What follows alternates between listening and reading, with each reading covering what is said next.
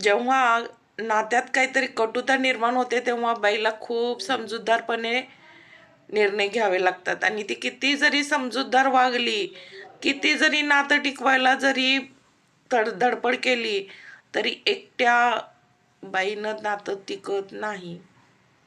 कारण टाळी एका हातानं कधीच वाजत नाही. किती जरी प्रयत्न केले तरी टाळी एका हातानं वाजत नाही. त्याच्यासाठी दुसरा हात हा गरजेचाच असतो. एकट्या बाईला जबाबदार धरलं जातं, तर ती किती जरी समंजसपणानं वागली तरी परिस्थिती कोलमडून पाडते तिला. एकटी बाई कधीच जबाबदार नसते नातं तोडायला. कारण आतून जर कडी असेल तर